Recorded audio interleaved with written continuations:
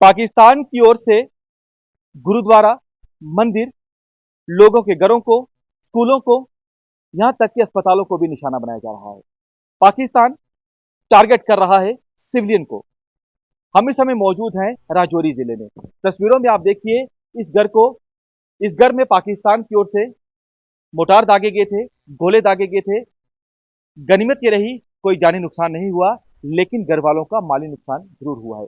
तस्वीरों में आप इस घर को देखिए, जगह जगह पर जो पाकिस्तान की ओर से गोले दागे गए, उसके जो स्प्लिंटर थे उसने कितना ज्यादा नुकसान किया है। दीवारें छलनी हुई हैं, खिड़कियां टूट चुकी है, जगह जगह पर कांच बिखरा है। ये देखिए तस्वीरों में, यानी तबाही का मंजर दिखाई दे रहा है।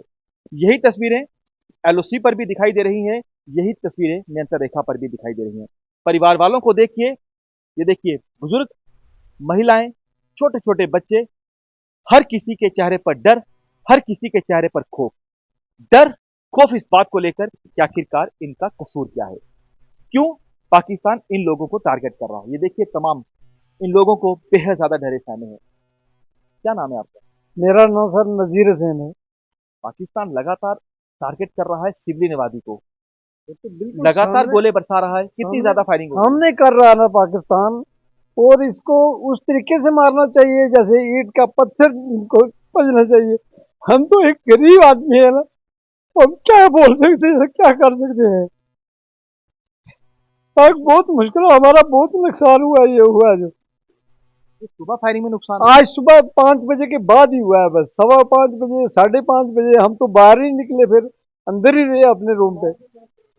नमाज हमको नहीं पढ़ने बाहर निकले, बस हाथ मुंह धोया अंदर हो गए। बस नमाज पढ़ने का मौका हमको नहीं दिया इन्होंने। नमाज भी नहीं पढ़ पाए नहीं आप? नहीं पढ़ने दिया ही नहीं मौका, फिर अंदर छप के अपने बेड के नीचे बढ़ के क्या करना था। मकान की ये हालात हो गई है, तो हो सकता है हमारी भी ऐसी हो, तो सभी लड़के को बच्चों को आपने अपने अपने दबा दिया, अंदर छप जाओ भाई। तो ऐसे हुआ, ये सामने हुआ है सब। पाकिस्तान बुज़दिल है, इसीलिए निहत्थे लोगों को टारगेट कर रहा है, बेकसूर लोगों को टारगेट कर रहा है। ये तो सामने है ना सर, सामने सामने कर रहा है ना, वही तो कर रहा है, और को थोड़ा करेगा ऐसे। क्योंकि फोर्स से तो लड़ नहीं सकता वो। और से तो लड़ नहीं सकता, लड़ेगा भी अगर तो उधर लड़े। हमारे पे क्या लड़ना है इधर, हम क्या गंवा रहे हैं किसी का, हम तो कुछ नहीं गंवा रहे। हमारा नुकसान क्यों किया, हम तो गवर्नमेंट से यही पूछते हैं, अपनी हुकूमत से, कि हमारा नुकसान क्यों किया है। बिल्कुल आप देखिए कि महिलाएं भी हैं, इनसे भी बातचीत करते हैं। जब फायरिंग हो रही थी कैसे जान बचाई आप लोगों ने? हम सुबह 5 बजे फायरिंग स्टार्ट हुई, जी। तो हम छुप के जाना चाहिए। तो नमाज आप लोग पढ़ रहे थे, नहीं पढ़ पाए? नमाज पढ़ नहीं पाए। इतनी ज्यादा गोले चल रहे हाँ, थे। इतने ज़्यादा गोले चल रहे थे, हम अंदर ही फिर घुस के बाहर आए नहीं। तो इतनी फायरिंग पहली बार देखी आपने? पहली बार हुई। यहाँ पे हाँ, कभी गोले आते थे यहाँ पे? हाय हाय हाय, कभी नहीं आ गया आज इस वक्त, पहली दफा तक। हाँ, पहली दफा तक। क्या कर रहे थे आप उस समय जब पाकिस्तान गोले बरसा रहा था? वो क्या करने सो, उठने से नमाज पढ़ने वास्ते देख रहे सो, उठने वाले से नमाज पढ़ो, सोख पढ़ो, फिर बच्चों को बोलो चाय दे। फिर क्या इसने ना दरवाजा नहीं खोलिया, फिर अंदर भी दरवाजे भी खुल गए। हाँ, अजान सुनी ना, फिर अजान तो नालो नाली खैर। हाँ। अजान का मौका ही नहीं दिया उन्होंने। हमारे पास इधर मस्जिद थी, वहाँ अजान देते थे, उनको भी नहीं मौका दिया बाहर निकलने का। मेरे घर के पास है थोड़ा सा मस्जिद दूर, तो मौका ही नहीं मिला हमें। हमें खुद निकलने का बाहर मौका नहीं मिला, तो अजान देने वाले का भी तो मौका नहीं देगा, तो वो तभी बाहर जाके बाहर अजान दे पाएगा। आप देखिए कि ये लोग कह रहे हैं कि बेहद ज्यादा फायरिंग पाकिस्तान की ओर से की गई। बच्चे, क्योंकि जब फायरिंग हो रही थी तो बच्चों को संभाल पाना आपके लिए बेहद मुश्किल हो रहा होगा। यस सर, हमारे लिए बहुत मुश्किल था। हमने बड़ी मुश्किल से अपने बच्चों की जान बचाई और खुद की भी जान बचाई।